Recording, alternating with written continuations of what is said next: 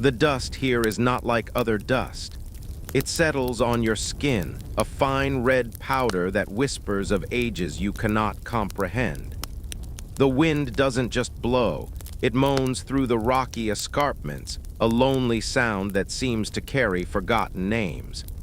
This is the heart of the Sahara, a vast, searing emptiness in Mauritania, where the horizon shimmers in a heat haze and time itself feels thin, stretched across millennia.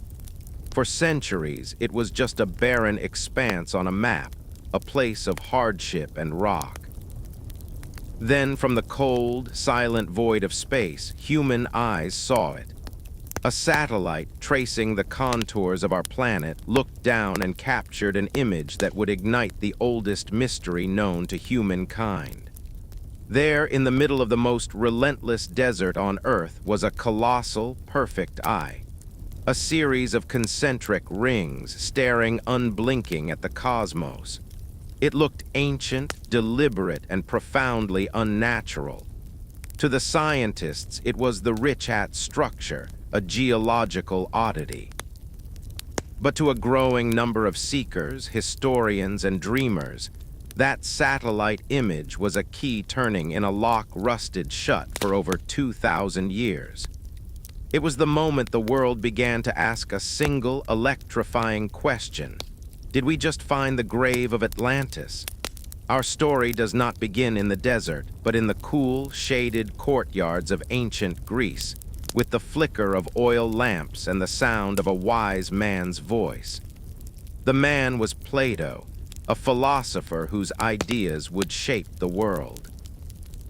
And he was telling a story not as a myth, but as a true history, passed down to him through a chain of great minds.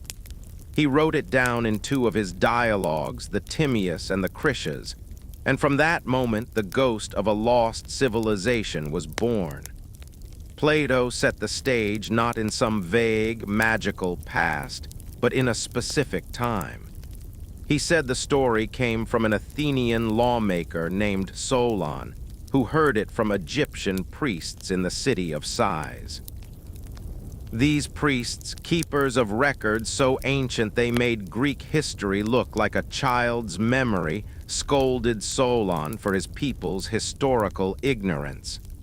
They spoke of a mighty power that arose from the Atlantic Ocean, a great island situated beyond the Pillars of Hercules, which we know as the Strait of Gibraltar. This placed it firmly in the Atlantic Ocean, giving it its name, Atlantis. The priests described it as a vast island, larger than Libya and Asia put together, a staggering size that hinted at a continental scale. It was a paradise, rich in every resource imaginable. The earth yielded exotic fruits, fragrant woods, and every kind of animal, including the great elephants that roamed there. Beneath the soil lay veins of a mysterious metal called orichalcum, which shone with a red fire and was considered more precious than gold. But the heart of Atlantis, the glory of its civilization, was its capital city. And here, Plato's description becomes eerily specific, a blueprint that would echo down the ages. He described a central city composed of concentric rings of land and water. First, a great circular canal, then a ring of land, then another water ring, then another land ring. At the very center was a small, round island, the sacred citadel. On this island stood a magnificent temple to Poseidon, the sea god from whom the kings of Atlantis were descended. The walls were plated with precious metals, the rooftops tiled with silver. It was a city of staggering engineering and even more staggering wealth. The people of Atlantis, Plato said, grew powerful and noble, their society a model of virtue. But over generations, their divine nature faded. The human part of their soul became corrupted. They grew greedy, arrogant, and militaristic.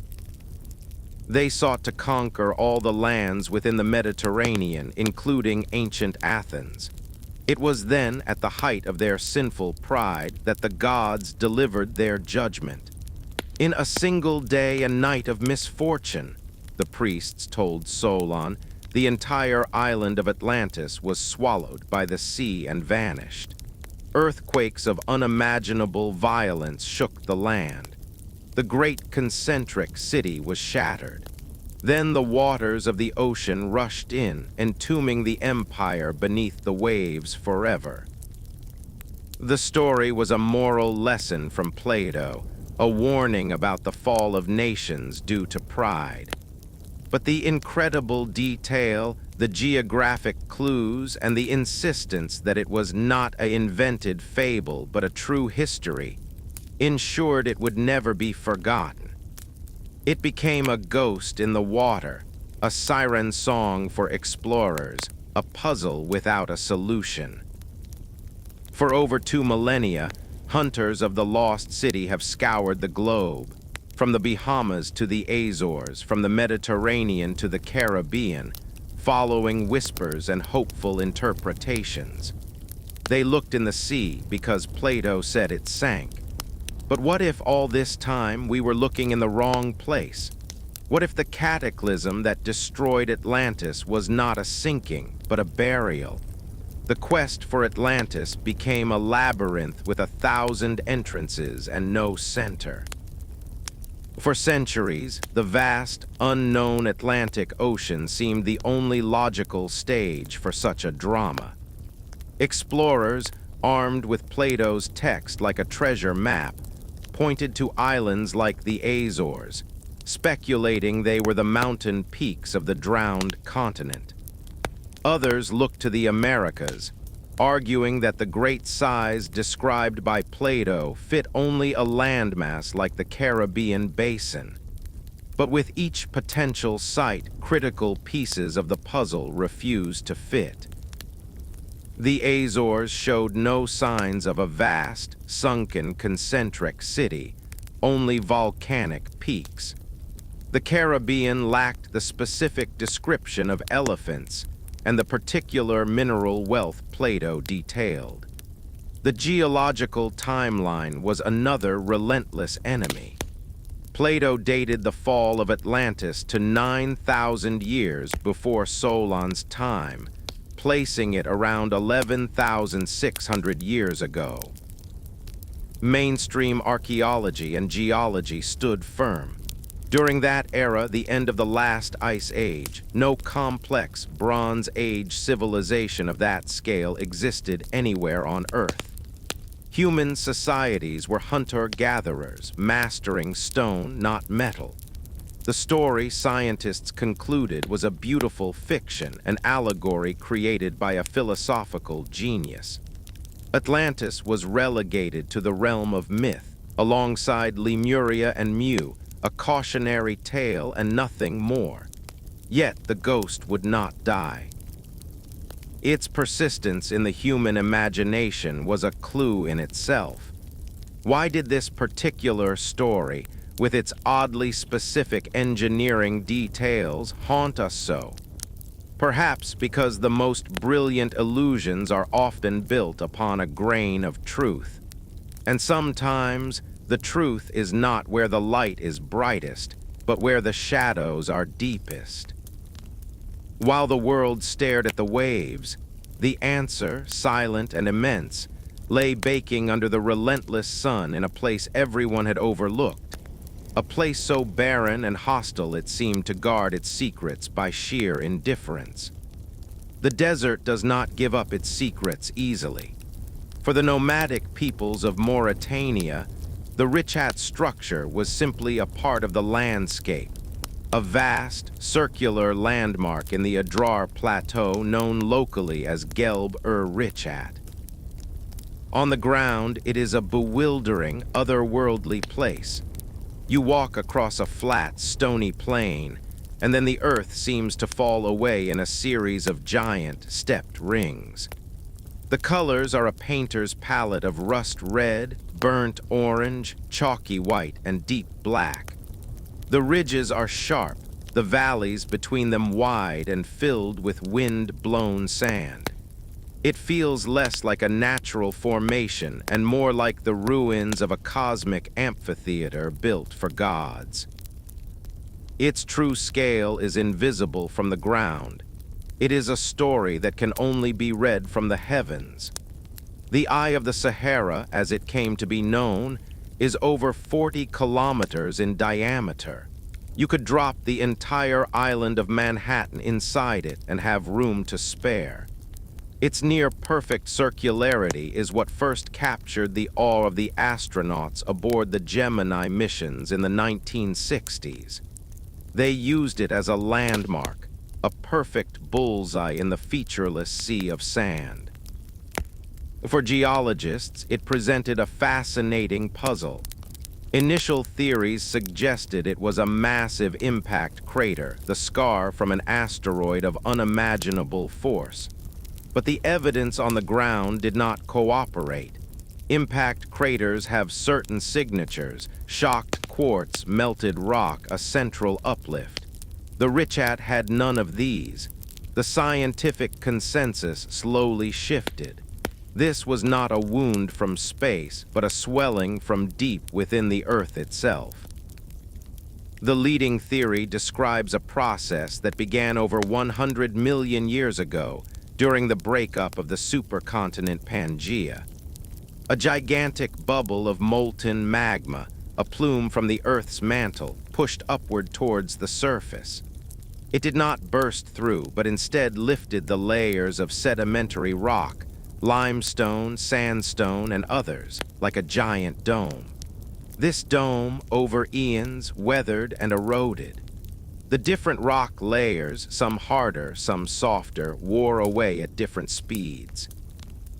The result is what geologists call a deeply eroded symmetrical anticline. Think of it as a layered cake, pushed up from below into a dome, and then meticulously sliced away by wind and water over millions of years to reveal the concentric rings within. Case closed, it seemed. A spectacular example of geological forces, rare in its size and perfection, but purely natural. The mystery was solved. And yet, for a growing number of observers, the solution only created new, more profound questions. Because when they laid the cool, logical blueprint of geology next to the ancient, fiery words of Plato, a shiver of recognition passed through the centuries. The parallels were not just close, they were, in some aspects, exact. The hunt was no longer in the ocean. It had turned with dizzying focus to this single, staring eye in the desert. To stand at the rim of the Richat is to feel a profound sense of dislocation. You are not looking at random erosion. You are looking at a pattern, a design of breathtaking scale and symmetry. And when you hold the pages of Plato's Critias in your mind, the description ceases to be a story and starts to feel like a report. He wrote of the capital city of Atlantis. There were rings of sea and land enclosing one another, 2 of land and 3 of sea, which were carved as if with a lathe from the very center of the island. This single sentence has fueled the imagination for millennia.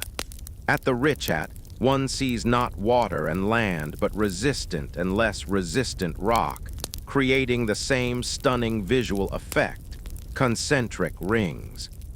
The central island of Atlantis, Plato said, was about 5 stadia in diameter. A stadion is an ancient Greek measurement, roughly 600 feet. 5 stadia is about 3,000 feet, or just under a kilometer. The innermost ring of the Richat structure, the central dome, is almost exactly 1 kilometer across. It is a match that is almost unnervingly precise. But the comparisons only grow deeper, moving from geometry to the very substance of the land. Plato described the central citadel as having a hill at its very center. The Richat's central dome is not flat, it rises gently. He described the builders of the city constructing a palace on the dwelling place of the god Poseidon and his mortal wife, Plato. They first bridged the rings of water to create a road to the center, and then tunneled through the rings of land to create a canal for ships, so that triremes could sail all the way to the heart of the city. At the Richat, the erosion has created natural gaps in the ring mountains, particularly to the north and south. These look, for all the world, like massive gateways or channels, as if a great flow of water once passed through them. Could natural processes have mimicked the grand public works of an ancient civilization?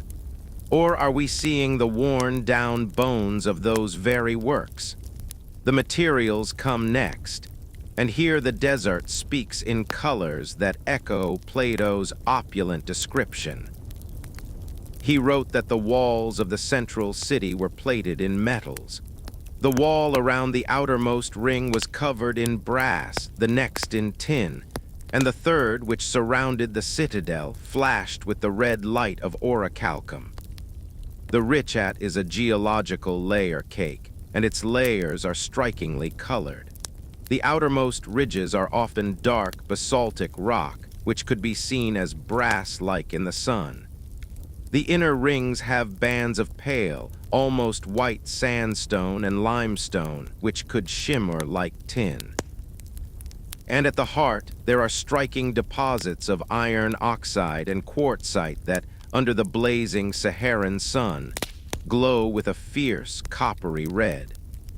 To a visiting storyteller like Solon, or to priests describing a legend, could these brilliant, naturally occurring metals have inspired the tale of orichalcum, the mysterious fire metal of the Atlanteans? Furthermore, Plato described the island as having plentiful deposits of this orichalcum, which they mined from the earth. The entire region around the Richat is phenomenally rich in copper and other metal ores. Ancient, prehistoric copper mines dot the surrounding area, some of the oldest in all of Africa. The land itself whispers of a metal-rich past. Then there is the matter of the elephants. Plato specifically mentions that Atlantis had a great population of elephants. For over a century, mainstream archaeology dismissed this as a fantastical detail. But the Sahara was not always a desert. During the last wet period, which ended around 5,000 years ago, it was a vast savanna, a green paradise teeming with life. Rock art found throughout the region, including not far from the Richat, depicts elephants, giraffes, crocodiles, and hippos, animals that could not survive in the desert today. The fossil record confirms it. The bones of elephants and other megafauna have been found in the sands. This detail, once a major strike against Atlantis as a historical place, suddenly becomes a powerful point in favor of the Richat. It places the story in the right time, not 11,600 years ago, but perhaps in a fading memory of the green Sahara, a lush world that was dying, transforming into the sea of sand we know today. The cataclysm that destroyed Atlantis, then, may not have been a sudden sinking, but a slower, equally terrifying death by desertification, punctuated by a final, dramatic natural disaster.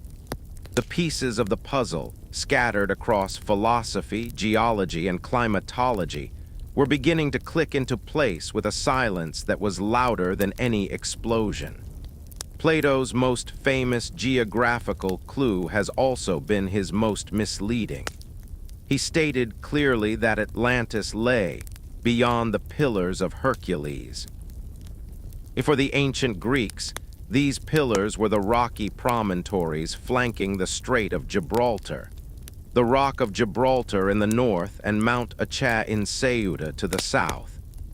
To pass beyond them was to leave the familiar, tideless Mediterranean and enter the terrifying, boundless Atlantic Ocean, the Sea of Darkness.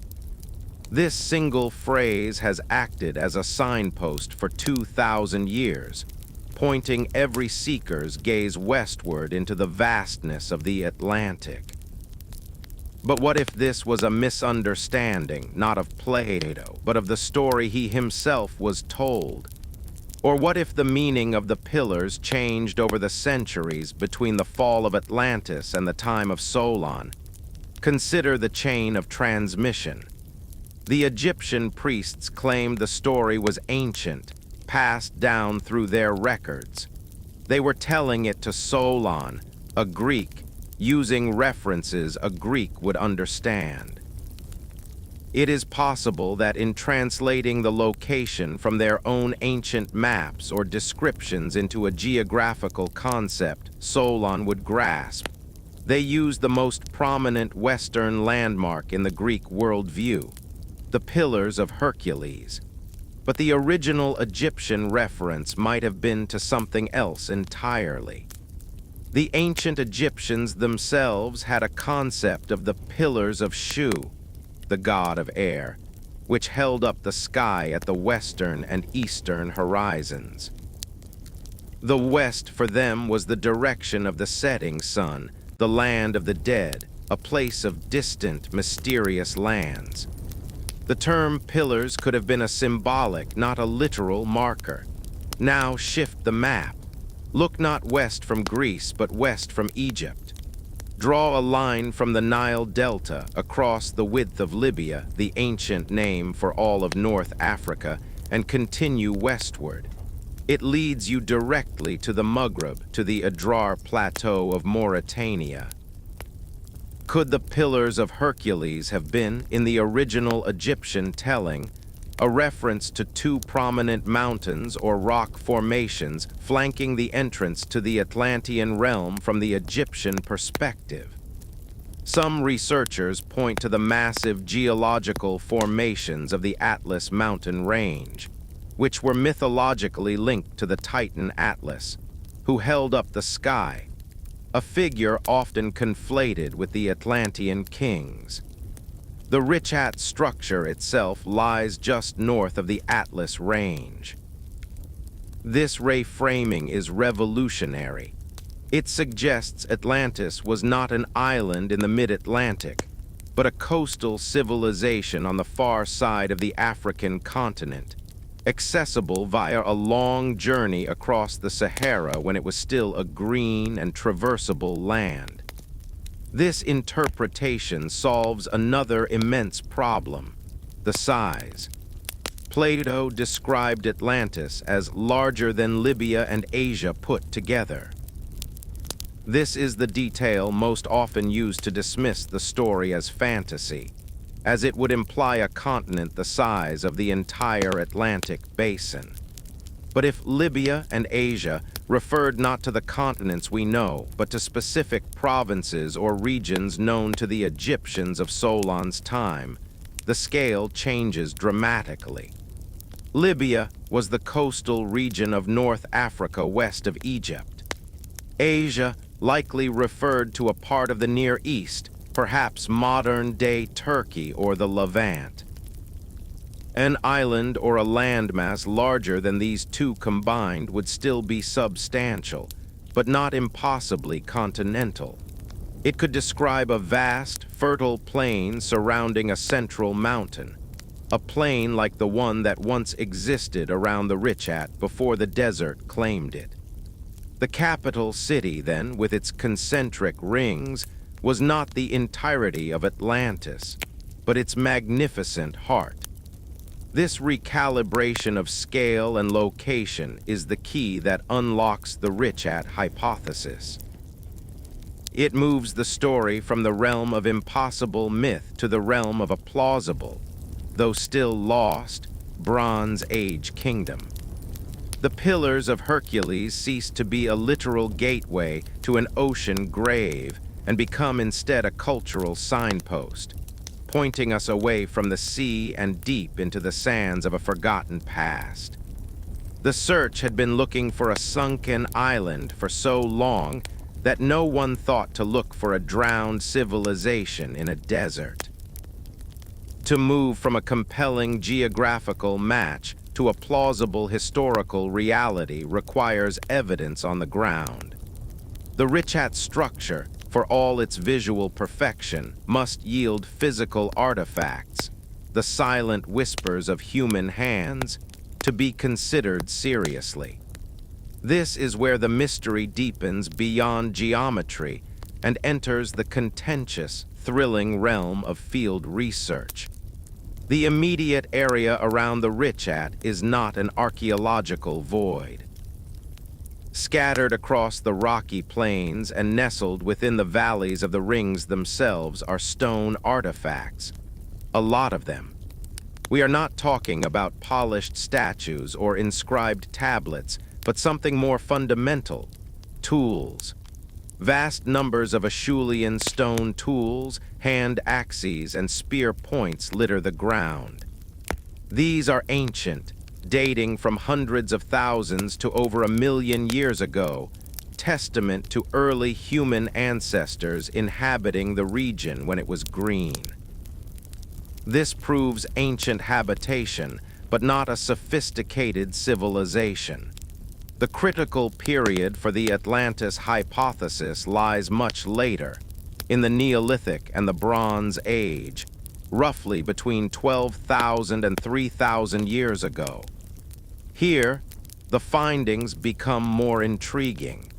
Researchers and independent investigators have documented what appear to be worked stone structures within the Richat. There are low, circular formations of piled stone that resemble the foundations of dwellings or animal enclosures.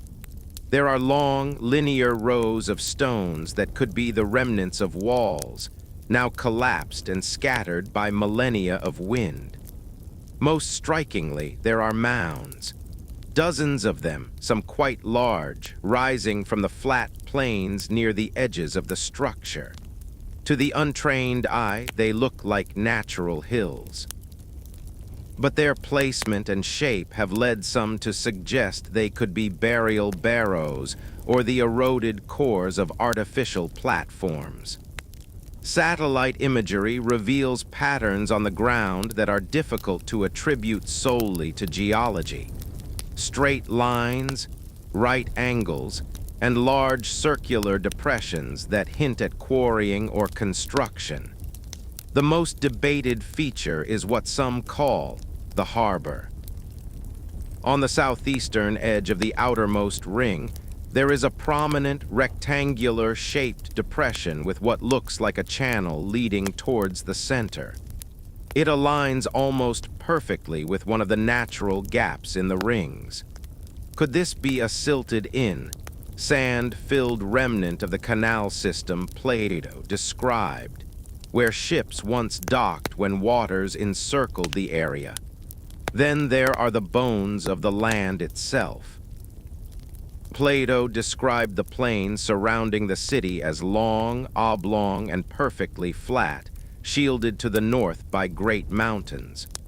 The plain to the south of the Richat, stretching for hundreds of kilometers towards Mali, is exactly that, an immense flat basin. To the north rise the ridges of the Adrar Plateau. The description fits with an eerie precision. Furthermore, the region is seismically active. The Sahara may seem eternally still, but it sits upon ancient fault lines. There is geological evidence of significant earthquake activity in the distant past. Could this be the kernel of truth behind the violent earthquakes that struck Atlantis? A series of massive tremors could have shattered a Stone Age city, collapsed tunnels, and fractured the very water sources that sustained life in this marginal environment. This leads to the most haunting possibility: water. The concentric rings, if they were ever functional as canals, would have required a massive and constant source. Where could it have come from? Some researchers point to evidence of paleo lakes and rivers in the area. There is also the theory of a massive aquifer, an underground sea that could have been tapped and channeled by a sophisticated society. The cataclysm, then, might have been twofold. First, the earthquakes that destroyed the infrastructure, and second, a rapid climatic shift that turned the rivers to dust and buried the springs under sand. The city didn't sink into the ocean. It was strangled and then entombed by the desert. The artifacts are not polished marble in the depths, but crude stone half buried in dust, waiting to tell a story no one has yet fully deciphered. They are whispers, not shouts, and that is what makes them so compelling. Each scattered stone, each odd alignment, is a question mark etched into the earth. The most formidable wall standing between the Richat structure and its identification as Atlantis is not made of stone, but of time. Plato's date is the bedrock of the problem. He states through the Egyptian priests that Atlantis fell 9,000 years before Solon's visit, which was around 600 BC. This places the catastrophe squarely at 9,600 BC, or roughly 11,600 years ago. This date is a thunderclap in the quiet story of human prehistory. According to the unwavering narrative of mainstream archaeology, 11,600 years ago humanity was in the grip of the younger Dryas, a final bitter cold snap at the end of the last ice age. Societies were small, mobile bands of hunter-gatherers. The grand inventions of civilization, writing, metallurgy, monumental architecture, organized agriculture, were millennia away. The first known city, Saddlehuruk in Turkey, would not be built for another 4,000 years.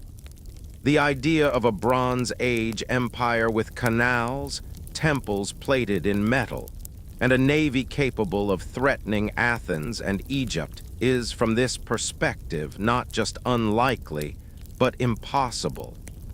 It is the primary reason why academia dismisses Atlantis entirely as Plato's invention. To make the Richat fit, this timeline must be addressed, and there are only two paths. Either Plato's date is wrong, or our understanding of human history is incomplete. The first path is the more traveled one. Could a translation error, a misunderstanding of Egyptian numerals, or a symbolic meaning have distorted the age? The Egyptians were famous for their long chronology, and their records spoke of vast epochs.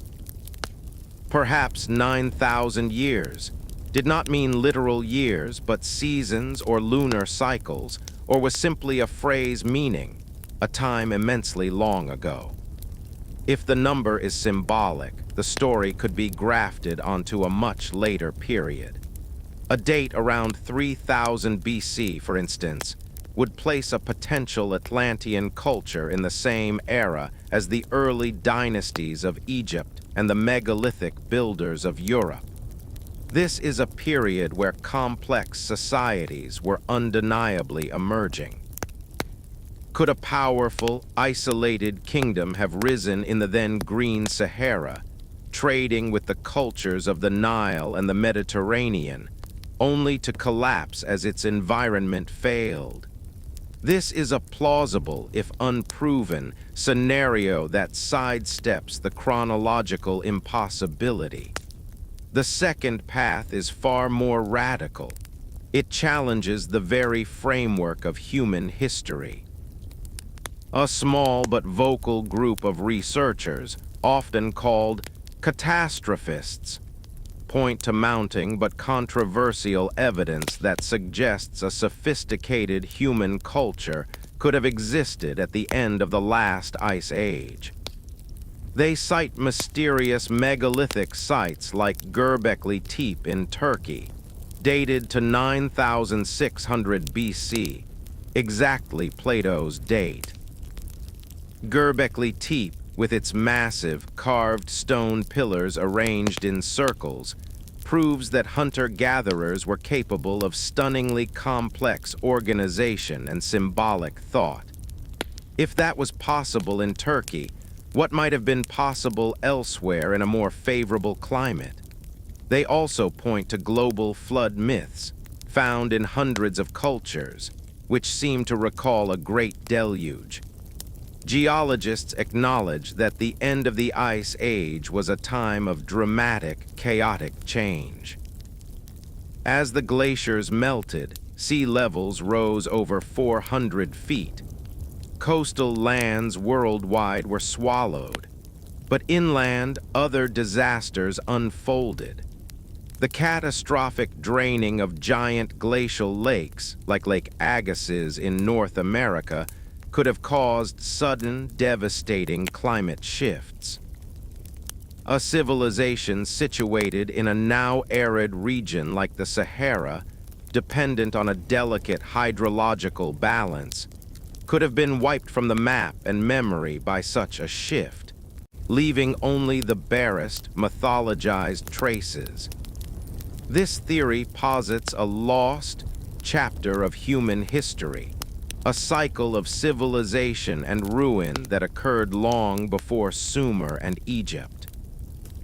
In this view, the Richat is not a Bronze Age city, but a Stone Age metropolis, its works built not of metal, but of megalithic stone, its story preserved not in writing, but in the distorted echo of priestly legend. This timeline clash is the heart of the mystery. To accept the Richat as Atlantis requires choosing a side in a war of timelines, a decision that forces us to question what we think we know about the journey of humanity itself. For every whisper of possibility that echoes through the rings of the Richat, there is a clear, firm voice of scientific authority ready to provide a natural explanation. The mainstream view, held by the vast majority of geologists and archaeologists, is a fortress built on observable data, and it remains largely unmoved by the Atlantean hypothesis. Their argument is straightforward and powerful. Every feature of the Eye of the Sahara can be explained through understood, if spectacular, geological processes. The concentric rings are the result of differential erosion in a domed anticline, a textbook phenomenon, albeit on a grand scale. The harbor and channels are the results of wind erosion and the collapse of softer rock layers along natural fault lines. The colored bands of rock that evoke Plato's metal-plated walls are simply the exposed layers of sedimentary and igneous rock.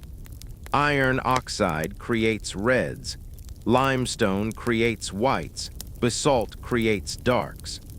The stone artifacts and mounds, evidence of millennia of sporadic human occupation by nomadic pastoralists and prehistoric tool makers, not a centralized, advanced state.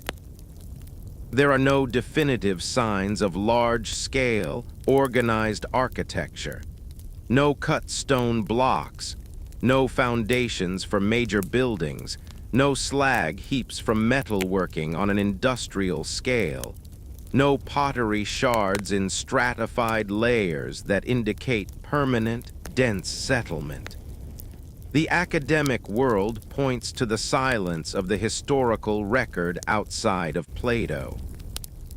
If a civilization powerful enough to threaten Egypt and Athens existed, even 3,000 years ago, why is there no mention of it in Egyptian hieroglyphs or other Near Eastern records?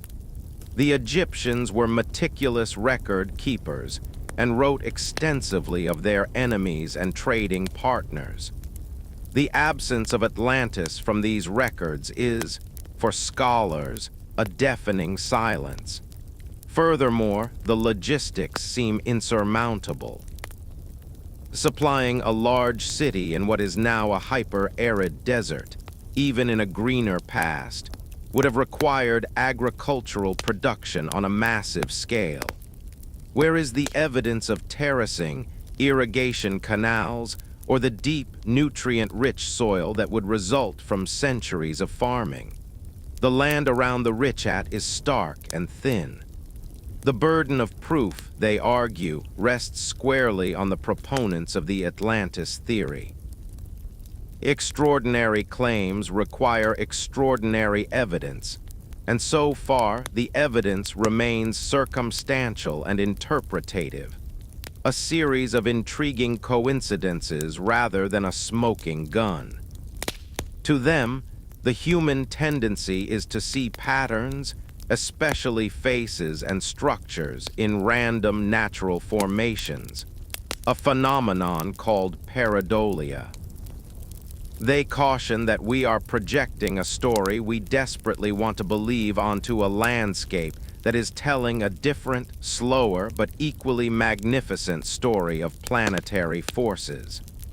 The Richat is a geological wonder, they say, not an archaeological one. To confuse the two is to miss the true, ancient beauty of the Earth's own history in pursuit of a phantom. This skepticism is not a closing door, but a necessary challenge. It forces any serious inquiry to sharpen its questions, to dig deeper, and to seek evidence that can stand up to the rigorous, unforgiving light of scientific scrutiny. The conversation between the dreamers and the doubters is the very engine of the mystery. If the Richat structure is the skeleton of Atlantis, then the nature of its death must be reimagined. Plato's single day and night of misfortune that saw the island sink beneath the sea is the most iconic part of the legend. But what if this was a misunderstanding, a dramatic translation of a far more complex disaster? The Sahara itself holds the clues to a cataclysm that is not about drowning, but about desiccation, a death by thirst. Around 6,000 to 5,000 years ago, the Green Sahara underwent a drastic and rapid transformation. The monsoon rains that sustained rivers, lakes, and savannas shifted south. What followed was not a gentle drying, but a climatic collapse. Lakes evaporated within generations. Rivers shrank to trickles and then to dusty gullies. The vegetation that held the soil died and the desert began to breathe, expanding its sands over everything. For a civilization built in a marginal environment, dependent on sophisticated water management from springs and paleo rivers, this change would have been apocalyptic. A series of devastating droughts could have crippled the society, causing famine and social collapse. But Plato speaks of a violent, sudden end. This is where geology provides the fireworks. The region is not seismically quiet. Evidence suggests significant tectonic activity in the distant past. A massive earthquake, or a series of them, could have struck a death blow to an already stressed civilization. Such quakes could have done something even more critical. They could have shattered the aquifer system.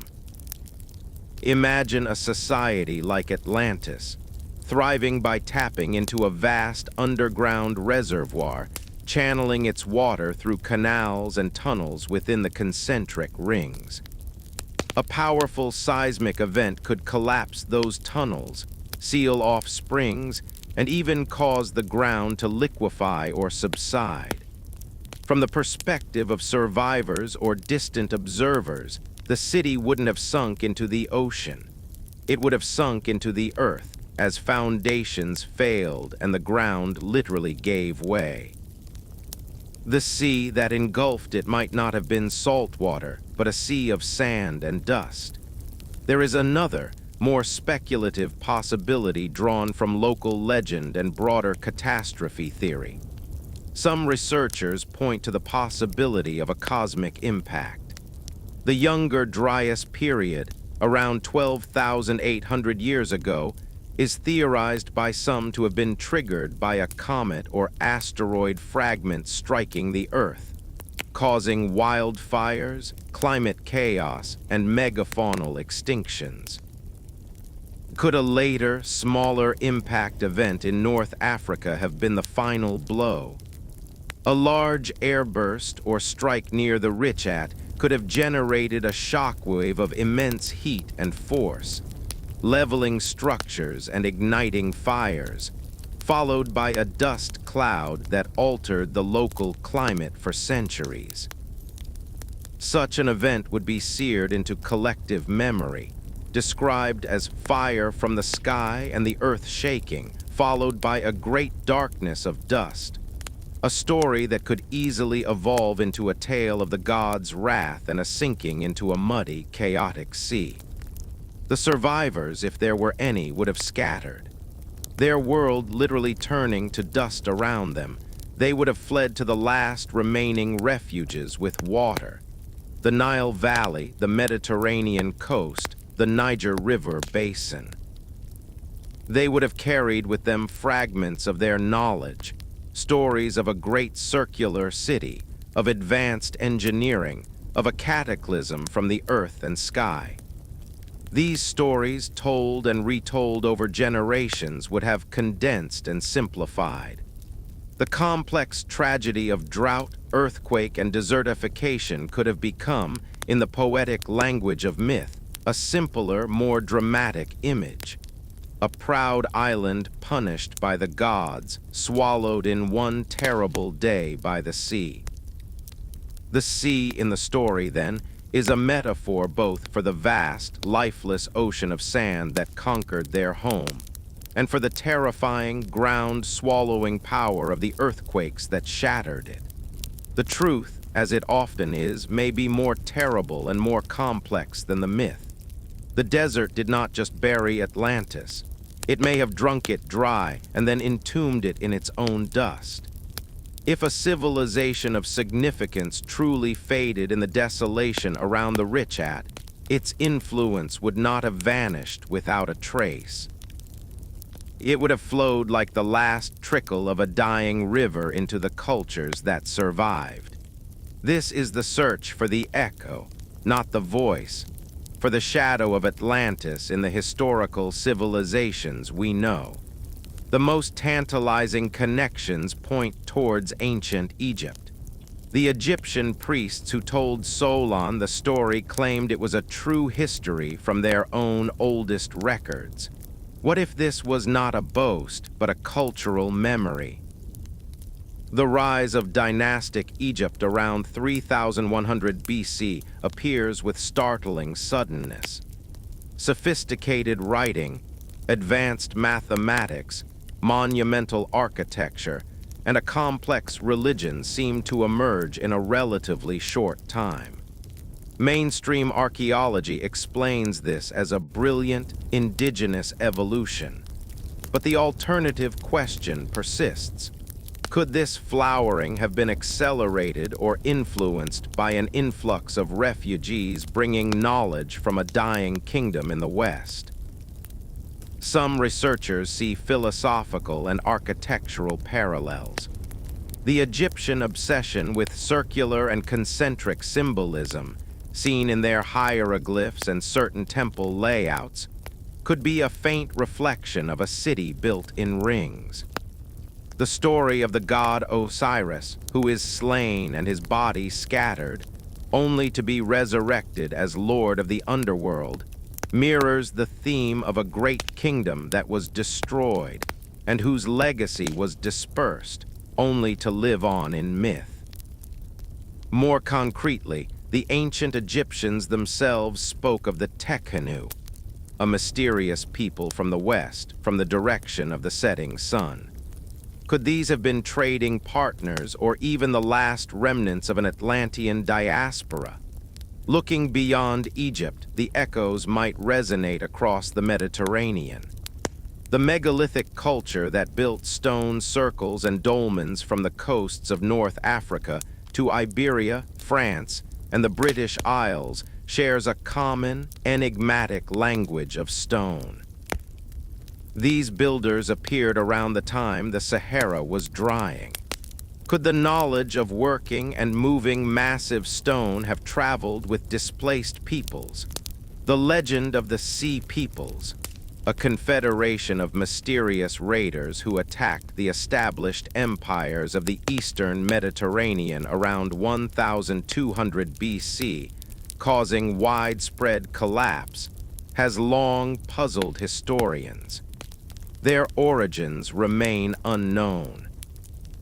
While a direct link is highly speculative, the timeline of a disintegrating, drought-stricken civilization in North Africa could potentially produce waves of desperate, seagoing migrants seeking new lands.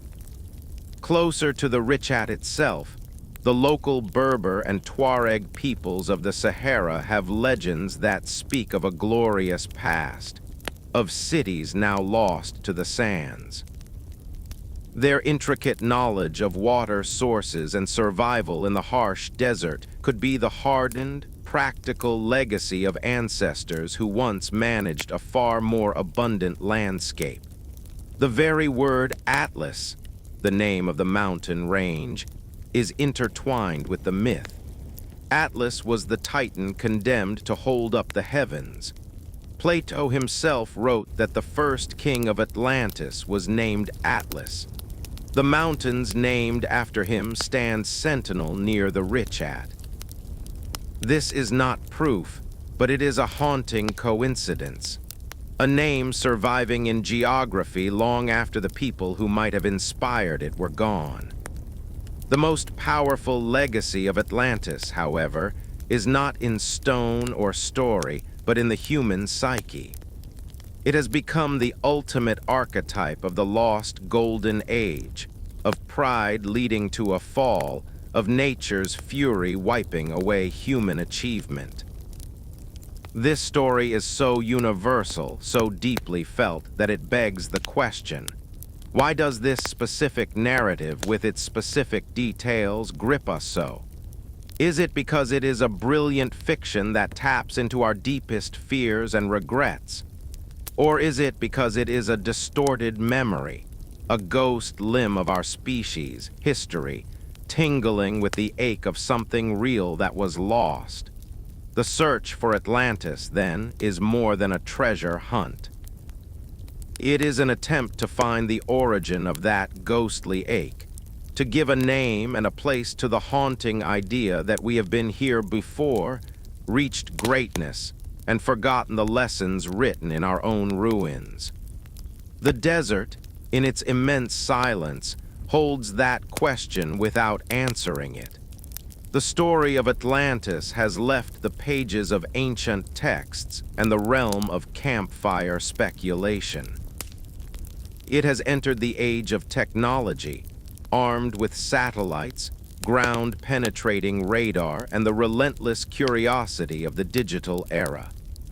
The modern hunt for Atlantis, focused intently on the Richat structure, is a new kind of exploration, a fusion of amateur passion, fringe science, and the slow, cautious methods of traditional archaeology trying to ignore the noise. It began in earnest with the satellite imagery that made the eye a global phenomenon. Online sleuths and independent researchers, using freely available tools like Google Earth, began scrutinizing every pixel of the formation. They mapped the rings, measured the distances, and highlighted anomalies. Shapes that looked too straight, mounds that seemed too symmetrical, patterns that whispered of design. This digital reconnaissance created a new generation of Atlantean seekers, connected across the globe by forums and videos, building a case not in academic journals, but in the court of public fascination. This groundswell of interest has spurred physical expeditions. Small teams of investigators, often funded through private donations or out of their own pockets, have journeyed to the remote and challenging site. Their reports form a mosaic of tantalizing, if controversial, finds. They speak of discovering what appear to be heavily weathered, shaped stone blocks, not smooth, but with angles that seem worked. They document strange vibrations or acoustic properties in certain valleys, where the wind creates a low hum, as if the very landscape is singing. They collect samples of rock for analysis, searching for traces of rapid heat exposure or unnatural alloying that might suggest ancient metallurgy. Most poignantly, they film the vast fields of stone tools, not as proof of Atlantis itself, but as proof of intense, long-term human activity in a place now utterly inhospitable. This, they argue, is the context. The Richat was not always a lonely place. It was a hub. The response from official institutions has been muted, often dismissive. The site falls under the jurisdiction of the Mauritanian government and is logistically difficult to study. Major archaeological foundations see no compelling reason to invest millions in an excavation predicated on what they view as a mythic premise, especially when more conventional and promising sites elsewhere demand resources. The lack of definitive, incontrovertible evidence, a carved inscription, an unmistakable foundation of a major building, a cache of sophisticated artifacts in a clear layer, keeps the Richat in the category of geological tourism, not a funded dig. This divide creates a tense dynamic. The enthusiasts accuse academia of being closed-minded, of protecting a rigid narrative of human history. The academics accuse the enthusiasts of confirmation bias, of seeing what they want to see and ignoring the overwhelming geological explanations. Yet this tension is productive. It forces the independent researchers to seek better evidence, to adopt more rigorous methods. Some have begun collaborating with geologists and archaeologists who are open-minded, if skeptical, conducting soil core samples and drone surveys to build a more scientific portfolio of the site's oddities. The modern hunt is also a race against a different kind of time. While the desert preserves, it also hides. Wind-blown sand slowly but constantly reshapes the surface. What might be a visible alignment today could be buried tomorrow. Furthermore, the area is not untouched by the modern world. There is mining activity for copper and quartz in the region. The tracks of occasional vehicles and the minimal infrastructure of tourism pose their own threats to undiscovered surface artifacts. The quest, therefore, is not just to prove a theory, but to document and preserve what is there before it is lost to either natural forces or human encroachment. Each expedition, each satellite scan, adds another piece to a puzzle so large we are still not sure of the picture it forms. The hunters are no longer looking for a city of gold, but for a signal in the noise, a single verifiable fact that can bridge the gap between a magnificent story and a buried truth. They work under the immense, staring gaze of the eye itself, which offers no clues, only the silent, imposing question. To understand the possibility of Atlantis, one must listen to the desert not as a grave, but as a living library. The sands of the Sahara are not merely a blanket. They are pages in a book written by wind and time. The story of the Richat is not locked solely within its rings, but in the vast, silent expanse that surrounds it. This is a land that remembers water.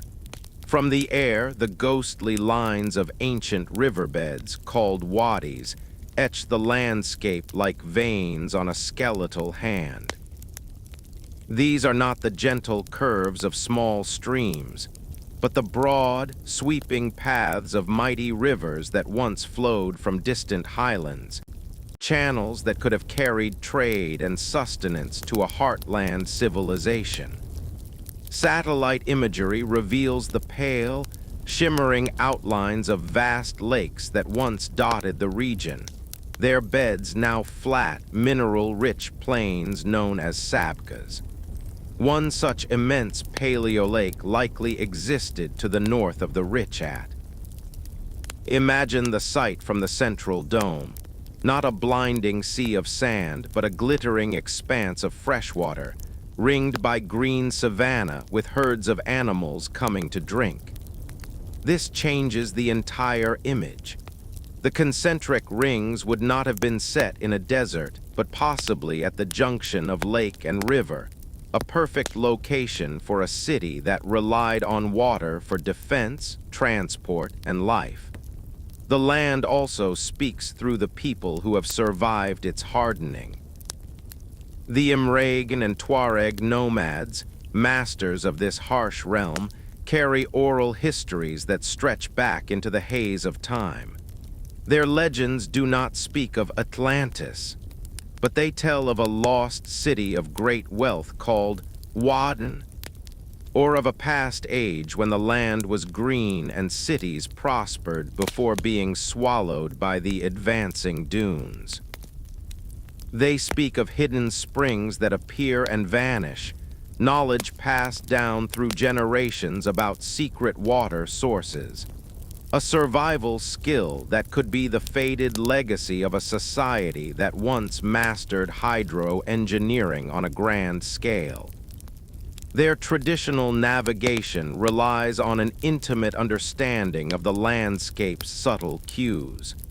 The shape of a dune, the type of rock, the rare presence of a specific plant. This deep environmental literacy is the kind of knowledge that accumulates over millennia, hinting at a very long, though not necessarily urban, human relationship with this place. Then there are the animals, or rather their absence. The rock art found in caves and on outcrops throughout the Adrar Plateau, some within a day's journey of the Richat, is a gallery of the Green Sahara. The images are vivid and unmistakable. Elephants, giraffes, hippopotamuses, crocodiles, and large herds of cattle. This was not a marginal environment. It was a thriving African ecosystem, a Serengeti of the north. The people who painted these animals lived among them. This provides the ecological backdrop for Plato's mention of elephants. It was not a fantastical detail plucked from air. It was an accurate memory of the fauna that once roamed this region. The disappearance of this fauna coincides with the desertification. A civilization built during this lush period would have faced not just a changing climate, but the collapse of its entire supporting ecosystem. The game would have vanished. The grasslands for cattle would have turned to dust. The end would have been a slow suffocation, punctuated by final, dramatic disasters. Today, the desert guards its secrets with a terrible patience. The wind scours the surface, but it also reveals. A storm may uncover a new scatter of stone tools, or expose a patch of ground that looks curiously leveled. The very harshness that makes excavation difficult also means that what lies beneath is largely undisturbed. There are no sprawling modern cities built atop it, no centuries of farming churning the soil. If evidence of a lost chapter of human history exists anywhere on Earth, it is in places like this, places too inhospitable for later civilizations to overwrite. The Richat and its surrounding plains are a time capsule, but one buried in a vault of extreme heat and moving sand. To open it requires not just shovels, but a new way of seeing. It requires understanding that the story of humanity is not a straight, smooth line from cave to city, but a complex web with many broken threads. The desert may hold some of those threads, preserved not in gold or marble, but in the subtle arrangement of stones, the path of a dead river, and the fading memories of the wind. The enduring power of the Atlantis story and the intense fascination with places like the Richat structure taps into something deep within the human psyche. It is more than a simple mystery. It is a reflection of our own fears, our curiosity, and our place in time.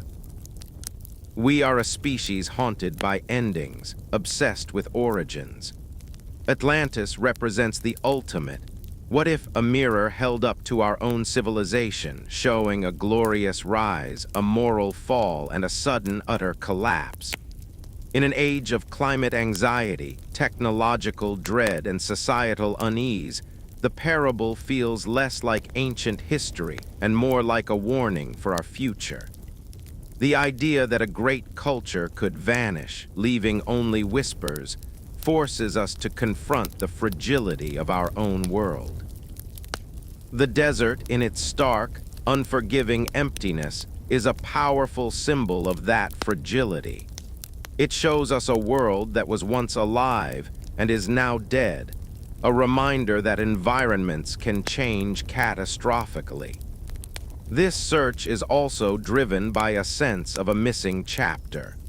The standard timeline of history, with its neat progression from Mesopotamia to Egypt to Greece and Rome, feels incomplete to many. There are gaps and jumps in the archaeological record, periods where innovation seems to accelerate strangely. The construction of Göbekli Tepe, the precision of the Giza pyramids, the mysterious knowledge of astronomy in ancient cultures. These anomalies spark the imagination. Could they be the legacy of a lost teacher civilization? The idea of Atlantis provides a satisfying, if unproven, answer. It offers a single source, a wellspring of knowledge from which later cultures drank. This is appealing because it simplifies the complex, tangled web of human cultural development. We are pattern-seeking creatures, and the Atlantis story is a compelling pattern into which we can fit many puzzling pieces. Furthermore, in a world that often feels fully mapped and explained, Atlantis represents the last great geographical romance. It is a blank space on the map of history, a destination for the imagination. The modern explorer, armed with satellite data and historical texts, feels the same pull that drew adventurers to uncharted continents. The Richat, particularly, offers a tangible destination. You can go there. You can stand on the rings. This physicality transforms the myth from a mere story into a potential discovery. The possibility, however slim, that a person with a GPS and a shovel could uncover proof that rewrites history is electrifying. It democratizes the search, making every enthusiast a potential Howard Carter on the verge of a Tutankhamun-like revelation. The resistance to the idea from mainstream science is, ironically, part of its fuel. It creates a narrative of the brave outsider challenging the rigid, closed-minded establishment. This David versus Goliath struggle is a story we love. It gives the search for Atlantis a sense of purpose and rebellion. The seeker is not just looking for ruins, they are fighting for a new truth against an old guard. This psychological dynamic ensures the mystery will never die from lack of interest. It will always have champions and detractors, a constant debate that keeps the story alive and evolving. Ultimately, we need Atlantis because it asks the biggest questions. Who are we? How old are our stories? How do civilizations end? And are we right now living in the next Atlantis, building our own concentric rings atop a foundation we cannot see is cracking? The desert does not answer. It simply waits, forcing us to answer for ourselves. We have journeyed through philosophy, geology, climatology, and human longing. We stand now at the edge of the rings, looking not for a single smoking gun, but for a convergence of clues. The case for the Richat structure as the inspiration for Plato's Atlantis is not built on one perfect piece of evidence, but on a tapestry where many threads from different fields weave together to form a startling image. It is a cumulative argument where the whole becomes greater than the sum of its parts. Consider the alignment, the concentric rings matching the specific description of the capital city's layout, down to the scale of the central island. This is the geometric heart of the connection. Add the geographical context. A vast, flat plain to the south, shielded by mountains to the north, exactly as Plato described the agricultural lands of Atlantis. Sprinkle in the material clues, the bands of red, white, and black rock evoking the metal-plated walls. The region's rich copper deposits whispering of orichalcum, the prehistoric elephant populations confirmed by fossils and art. Now place it in the correct environmental setting, not an ocean, but a lush green savanna of the past, a land capable of supporting a large population and impressive fauna. Then reinterpret the cataclysm. Replace the sinking into the sea with a sinking into the sand. Envision the dual disaster of a rapid desertification, turning paradise into a wasteland within generations, followed by a final seismic shock that collapsed water sources and shattered stone. The survivors flee, carrying the trauma in their stories. Over centuries, as the tale is passed from the dying Sahara to the Nile Valley, details shift. The Great Plain becomes an island surrounded not by lakes and rivers, but by the metaphorical and later literal sea of the Atlantic Ocean, known to the Greeks. The specific location, beyond the Pillars of Hercules, becomes fixed based on Greek geography, not its original Egyptian reference point. The date, perhaps originally a more recent one, becomes magnified by priestly chronology to an epic mythical past. What remains is the core, the stunning image of a circular city of great power and wealth, destroyed by the earth and water. The story endures because it is rooted in a real, catastrophic event that reshaped a region and scattered its people. This synthesis does not prove the existence of a Bronze Age empire with flying machines and crystal power sources. It suggests something perhaps more profound, a sophisticated Neolithic or early Bronze Age culture, a kingdom or a powerful chiefdom that mastered its environment in a unique way. It could have been a cultural nexus, a trading hub that connected the interior of Africa to the Mediterranean coast. Its capital, built with an intuitive or deliberate understanding of the landscape's natural circular formation, would have been a marvel to behold. A city of stone and timber rising from the rings, reflected in the waters of a paleo lake. Its fall would have been legendary because it was, in its world, apocalyptic.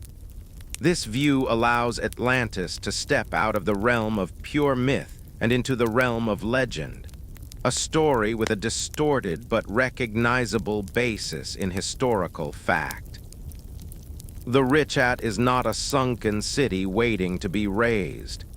It is a place where geology gave humanity a perfect canvas, and for a time, perhaps, humanity painted something magnificent upon it, only for time and climate to scrape the canvas bare again, leaving only the ghost of the shape and the echo of the story. This synthesis is the bridge between the dreamers and the skeptics. It asks us to accept not a literal translation of Plato, but a plausible origin for his inspiring tale, written not on papyrus, but on the very face of the earth. Despite the compelling tapestry of connections, the map to Atlantis remains unfinished. Large, crucial areas are blank, marked only by question marks that demand exploration. The synthesis is persuasive but incomplete, and these gaps are where the next chapter of the search, if it is to be taken seriously, must focus. The first and most glaring question is the absence of definitive structural remains. Where are the cut stones? Where are the foundations of temples, palaces, or warehouses? The geological explanation for the rings is robust, but if a city existed there, human hands would have modified that geology. We should find quarries with tool marks, shaped blocks perhaps reused in later nomadic structures, or post holes and compacted floors in the valleys between the rings. The mounds that dot the periphery need systematic archaeological investigation, not assumption, but careful excavation to determine if they are natural hills, burial sites, or the eroded stumps of platforms. Until a trowel turns up a verifiable, worked artifact in a clear stratigraphic layer within the rings that dates to the proposed time, the city itself remains a ghost. The second question is one of scale and population. A capital city of a powerful civilization leaves a massive footprint. Beyond the central rings, there should be suburbs, outlying villages, agricultural fields, and roads. Satellite imagery can suggest, but only ground truthing can confirm. Where is the pottery? Pottery is the fingerprint of ancient societies. It breaks, it scatters, and it survives. A sustained, dense population produces mountains of ceramic shards. Their near total absence at the Richat is a powerful argument against a large, permanent settlement. Proponents argue the desert winds could have scoured surfaces clean or buried deposits deep, but targeted subsurface surveying could test this. The search must move from looking at the grand shape of the rings to the painstaking, inch-by-inch search for the mundane debris of daily life. The third question is technological. What was the actual level of this society? Plato describes Bronze Age technology, metal plating, and advanced shipbuilding. If the Richat culture was earlier, perhaps contemporary with Göbekli Tepe, its mastery would have been in megalithic stone, not metal. The two images are vastly different. Which one, if either, fits? The stone tools found are primitive and span hundreds of thousands of years. None scream advanced civilization. If they worked metal, where are the furnaces, the slag? The traces of mining activity are there, but linking them to a specific, sophisticated culture at the Richat itself is missing. The answer may lie in a dating of events. Perhaps the Atlantis story conflates two things: the memory of a unique, sacred, circular city from a much older, stone-worshipping culture, and the later fall of a Bronze Age trading kingdom in the same region. Legends are magnets for details across time. Finally, there is the question of the written word. If Atlantis had contacts with Egypt, as Plato implies, why is there no trade goods, no borrowed hieroglyph, no mention in any Egyptian text of a mighty kingdom to the west that was destroyed? The silence is deafening. Either the contacts were minimal, or the timeline is wrong, placing Atlantis's fall before the rise of Egyptian record-keeping. Or the kingdom was not as great in an imperial sense as the story suggests. It may have been a remote, impressive, but ultimately isolated culture whose demise was noted only in the oral histories of its own scattered people, which eventually filtered into Egyptian temples as a curious, ancient tale. These unanswered questions are not dead ends. They are a challenge, a research agenda. They point the way for any future serious study. They demand a multidisciplinary approach that combines archaeology, geology, climatology, and mythography without the preset conclusion of finding Atlantis. The goal should be to understand what truly happened at the Richat throughout human history. In answering those specific, grounded questions, we may find that the truth, whatever it is stranger than the myth. The X on the map is not just a spot. It is a list of mysteries waiting to be solved. The sun beats down on the Richat with the same intensity as it did 1,000 years ago, 10,000 years ago. The wind continues its slow, patient work of erosion. The mystery persists, balanced on a knife's edge between discovery and eternal silence. We must confront a possibility that is difficult for the curious human spirit to accept. We may never know. The evidence needed for a definitive conclusion may be too deeply buried, too thoroughly erased by time and sand, or may never have existed in the form we seek. The stones may never speak clearly. If that is the case, what then is the legacy of this place and this story? The legacy, first and foremost, is a permanent question mark on the map of human history. The Richat structure, regardless of its origin, ensures that the story of Atlantis can never be fully dismissed as mere fantasy. It provides a real physical location that matches the description with an accuracy that is undeniably startling. It anchors the myth to the earth. This means that for every generation to come, there will be a coordinates, 21, 125 degrees N, 11, 395 degrees W, a place to point to and wonder. It transforms Atlantis from a vague out there to a specific right here.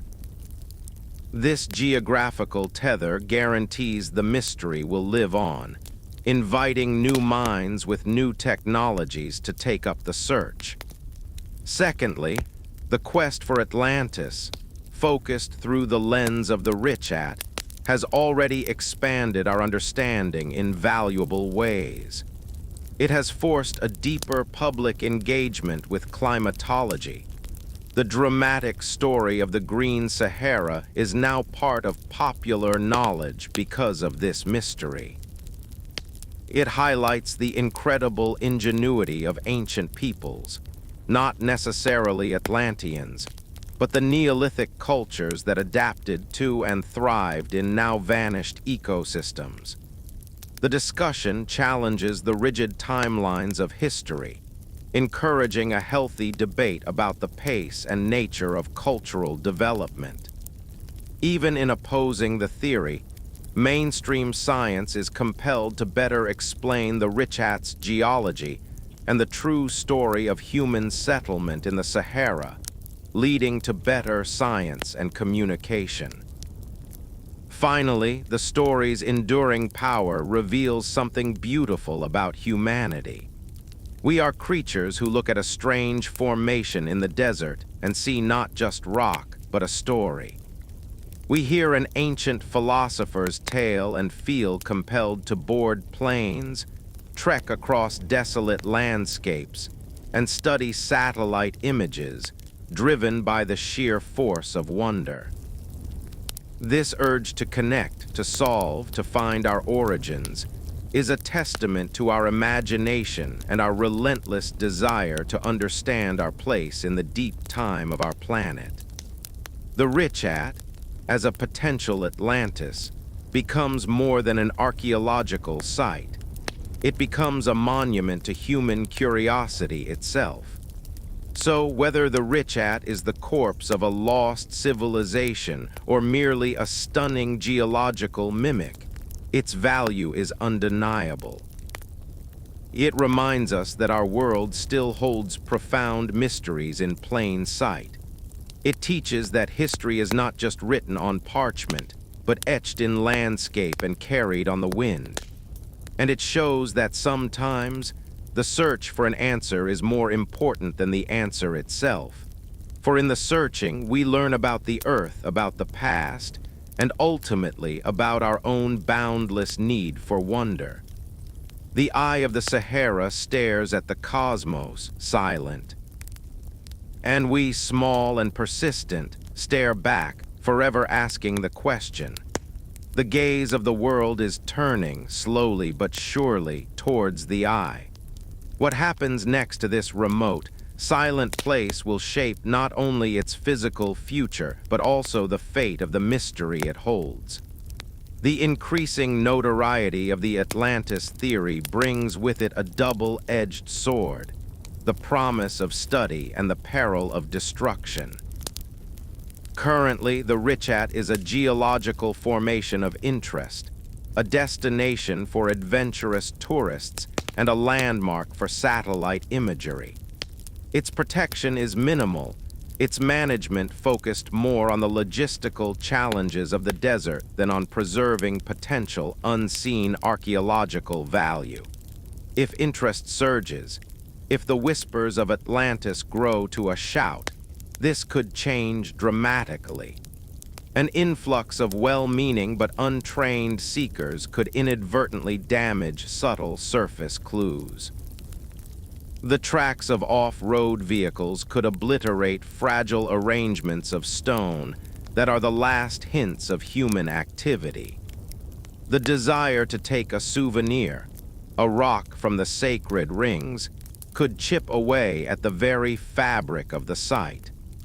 Conversely, recognition could bring the resources and attention needed for a proper, scientific resolution.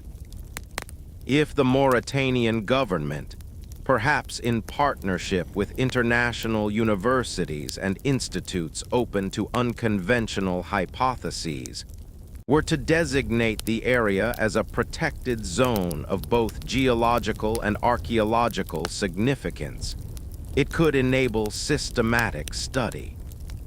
Ground-penetrating radar surveys could map subsurface anomalies without disturbing a single grain of sand. LiDAR technology, which can see through vegetation, though here it would map microtopography, could reveal patterns invisible to the naked eye, pinpointing areas for careful, minimal excavation. This would require a shift in perspective, viewing the Richat not as a solved geological puzzle, but as a unique landscape where profound geology and potential human history intersect in a way that demands respectful, rigorous investigation. There is also the economic dimension. For Mauritania, the Richat could become a powerful engine for sustainable tourism, far beyond its current trickle. But this must be managed with extreme care. The story of Atlantis is seductive. It could easily lead to a carnival atmosphere, a lost city theme park in the desert that tramples the very sense of awe that draws people there. The alternative is a model of profound ecotourism and geotourism, where visitors are guided by the principles of leave no trace, coming to witness a natural wonder and contemplate a deep historical mystery, not to loot or conquer. The local nomadic communities must be central to this stewardship, their knowledge and traditions respected as part of the living heritage of the land. The future of the eye will be a test. It will test our ability to balance curiosity with preservation, to let a mystery breathe without smothering it with our need for answers. It will test whether we can appreciate a place for what it might tell us, not just for what we can take from it. The sands have hidden the truth for millennia. Our task now is to ensure that in our rush to uncover it, we do not become the latest force of destruction, burying the final clues under the treads of our own ambition.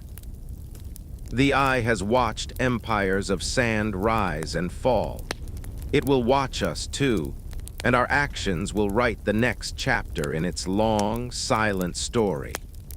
The impact of seriously considering the Richat as a candidate for Atlantis sends ripples far beyond the dunes of Mauritania. It acts as a keystone in an arch of alternative historical thought.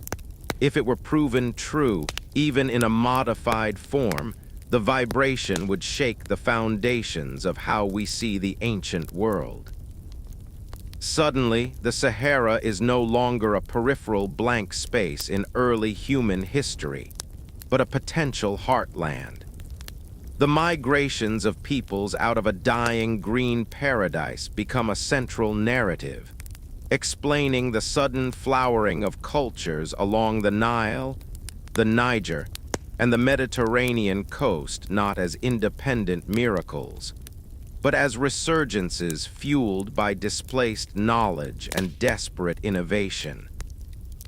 The megaliths of Europe, the early dynasties of Egypt, even the mound-building cultures across the ocean, could be seen in a new, speculative light, not as descendants of Atlantis directly, but as cousins shaped by the same catastrophic climate event that forced human ingenuity into new, desperate channels. This perspective also forces a profound ecological lesson into the heart of history. Atlantis becomes not just a story of moral failure, but of environmental collapse. The cataclysm is not the wrath of gods, but the consequence of a shifting climate on a society living in a fragile balance. In this light, the parable gains terrifying modern relevance. We see our own civilization, built on a delicate climatic stability, facing the consequences of its own actions. The Richat, then, becomes a warning monument written in stone and sand. It whispers that advanced culture is no shield against planetary forces, that water and fertile land are the only true foundations of empire, and that when those foundations turn to dust, even the greatest cities become tales told to frighten children. Furthermore, the very process of the investigation validates a more interdisciplinary way of knowing. It shows that history cannot be found in texts alone, nor archaeology in shards alone, nor truth in a single academic silo. It requires the marriage of geology and myth, of satellite imagery and priestly legend, of climatology and oral tradition. The Richat hypothesis, right or wrong, demonstrates that our past is a complex puzzle where the pieces are scattered across different kingdoms of knowledge. To solve it, we must let the geologist talk to the classicist, let the folklorist listen to the climatologist. This collaborative boundary-crossing approach is perhaps the most valuable ripple of all, a method that can be applied to other enduring mysteries, from the origins of the Sphinx to the spread of the Polynesians. The search for Atlantis, therefore, ceases to be a quest for a single lost city. It becomes a prototype for a new kind of exploration, where the goal is not just to find, but to reconnect the severed threads of our shared, deep past. The desert, in its stark simplicity, teaches us that the world is not divided into disciplines, and neither was our history. Despite the compelling pull of the desert, the ocean has not relinquished its claim. The traditional search for Atlantis beneath the waves continues, fueled by new technologies and discoveries that keep the aquatic hypothesis alive and evolving. These competing theories serve as a necessary counterpoint, reminding us that the Richat, for all its allure, is not the only candidate. They form a chorus of possibilities, each with its own melody of evidence. The most persistent modern theory points to the waters around the island of Santorini in the Aegean Sea. Around 1600 BC, a volcanic cataclysm of almost unimaginable scale obliterated the sophisticated Minoan civilization on the island of Thera. The eruption was hundreds of times more powerful than Krakatoa. It generated tsunamis that smashed the coast of Crete over 60 miles away, and likely caused climatic disruptions as far away as China. The Minoans, with their advanced art, architecture, and maritime power, were a thalassocracy, a sea empire. Their sudden, dramatic fall echoes Plato's timeline more closely if one assumes his 9,000 years was a mistranslation, and he meant 900 years. This would place the fall around the time of the Thera eruption. The Minoan capital had complex multi-story buildings, vibrant frescoes, and plumbing, a picture of advanced Bronze Age culture. However, the geography does not match Plato's description of concentric rings beyond the Pillars of Hercules, and the scale is far smaller than the larger than Libya and Asia description. Other searchers look to the Atlantic proper. Using sonar and bathymetric scans, they point to submerged geological formations like the horseshoe seamounts near the Azores, arguing these could be the mountain peaks of the sunken continent. Some even suggest the Sargasso Sea or the waters off the coast of Spain, near the Dinyana National Park, where some researchers claim to have identified submerged circular formations. These oceanic pursuits are fueled by a literal reading of Plato. The city sank into the Atlantic.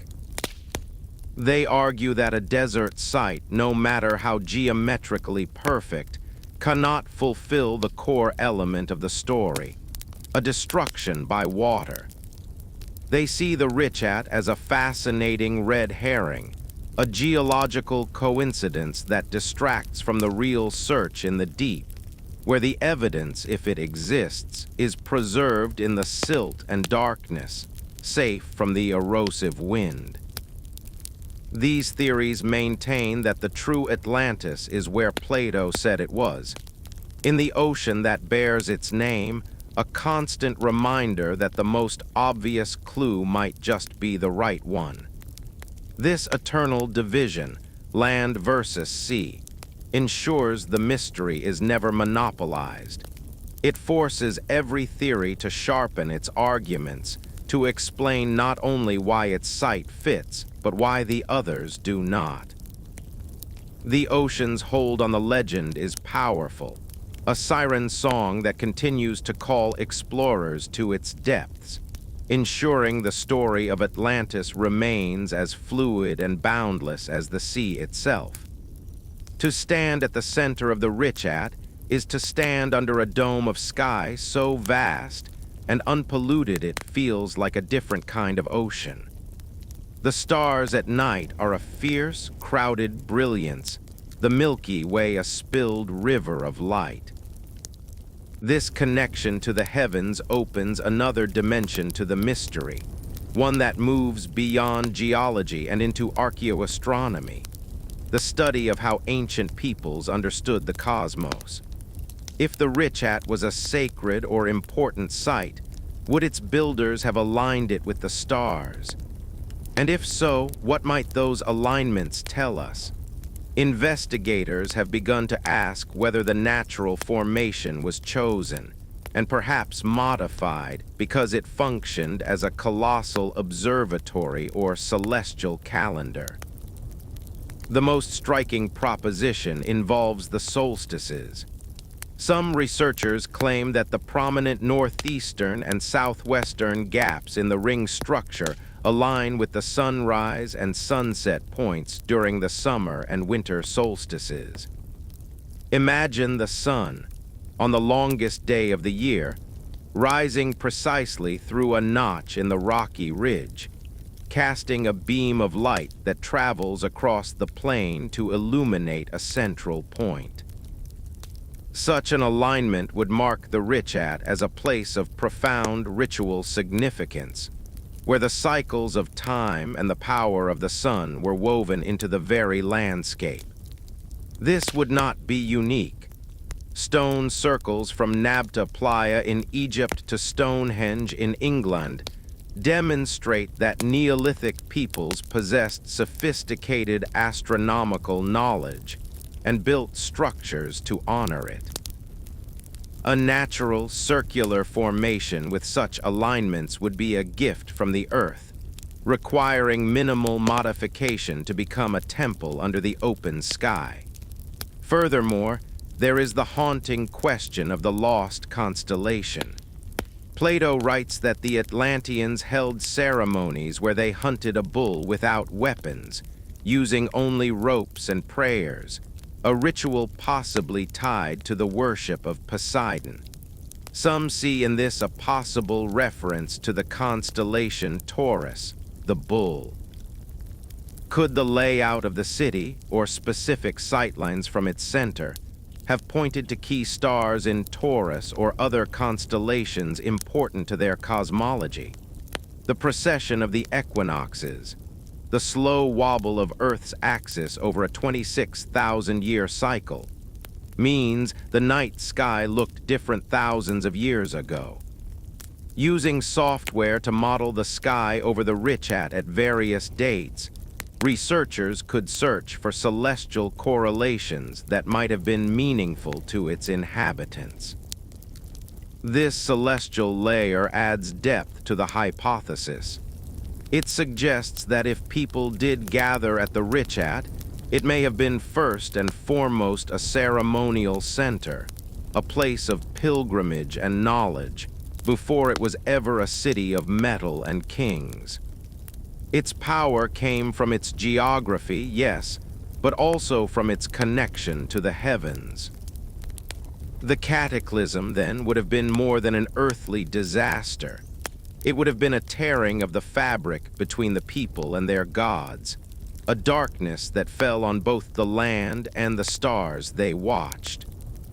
The desert sky, now so clear and silent, may have once been a living map, its movements choreographing the lives of those who looked up from the rings, seeing not just points of light, but the divine architecture of their world. The mystery is no longer just on the ground. It is written in the light of stars that have witnessed everything and forgotten nothing. We have circled the mystery from every angle, through every discipline, across sea and sand. We arrive now at the moment of weighing, not with the cold certainty of a judge, but with the careful balance of a historian standing between a profound myth and a haunting landscape. There is no final courtroom verdict to be delivered on Atlantis, for the evidence remains circumstantial, a tapestry of what if, rather than a chain of what is. Yet, we can assess what the Richat structure truly represents in this ancient puzzle. It is, without question, the most compelling geographical candidate for the inspiration of Plato's story that has ever been identified. The match of the concentric rings is not vague or approximate. It is startlingly precise, a coincidence so sharp it feels intentional. When combined with the correct ecological setting of the Green Sahara, the presence of elephants, the metal-rich geology, and the looming presence of the Atlas Mountains, the case moves beyond coincidence into the realm of plausible source material. However, plausible inspiration is not the same as historical reality. The Richat is likely not the corpse of a Bronze Age metropolis as Plato described it. The lack of definitive archaeological proof, the cut stones, the middens of pottery, the ruins of major architecture, is a silence too loud to ignore. What we are likely seeing is a powerful example of how myth is born from landscape. Imagine an Egyptian or Phoenician trader, millennia ago, journeying along the dying rivers of the late Green Sahara. They come upon this unbelievable sight, a perfect series of colossal rings in the earth. It is unlike anything in their experience. The local nomadic people, descendants of a culture that thrived there when water was plentiful, tell stories of a great past, of a time when the land was rich and a powerful people lived at this sacred circle. They speak of earthquakes and a great drying. The trader, awestruck, carries this story back to the Mediterranean. Over centuries, as the desert claims the land completely, the story evolves. The distant, marvelous ringed city becomes an island kingdom. The great drying, mixed with memories of seismic disaster, becomes a sinking beneath the sea. Its location, far to the west of Egypt, becomes beyond the pillars of Hercules in Greek retelling. Its age is magnified by priestly chroniclers. Its wealth is amplified by legend. In this light, the Richat is not Atlantis. It is the seed of Atlantis. It is the real, physical wonder that ignited the imagination of storytellers, becoming a blank canvas upon which philosophers like Plato could paint a lesson about hubris and divine justice. The value of this discovery, then, is immense. It does not give us a lost city, but it gives us something perhaps more valuable, a likely origin point for one of humanity's most enduring stories. It grounds a flight of philosophical fancy in the bedrock of our planet. It shows us that our oldest myths are not mere inventions, but often distant, distorted reflections of real places, real events, and real human awe. The Eye of the Sahara is a place where the earth itself wrote a story so strange that humans, for thousands of years, have felt compelled to try and read it. We may never fully decipher the text, but in the trying, we have learned to read the language of geology, of climate, and of our own boundless need to explain the wonders of the world.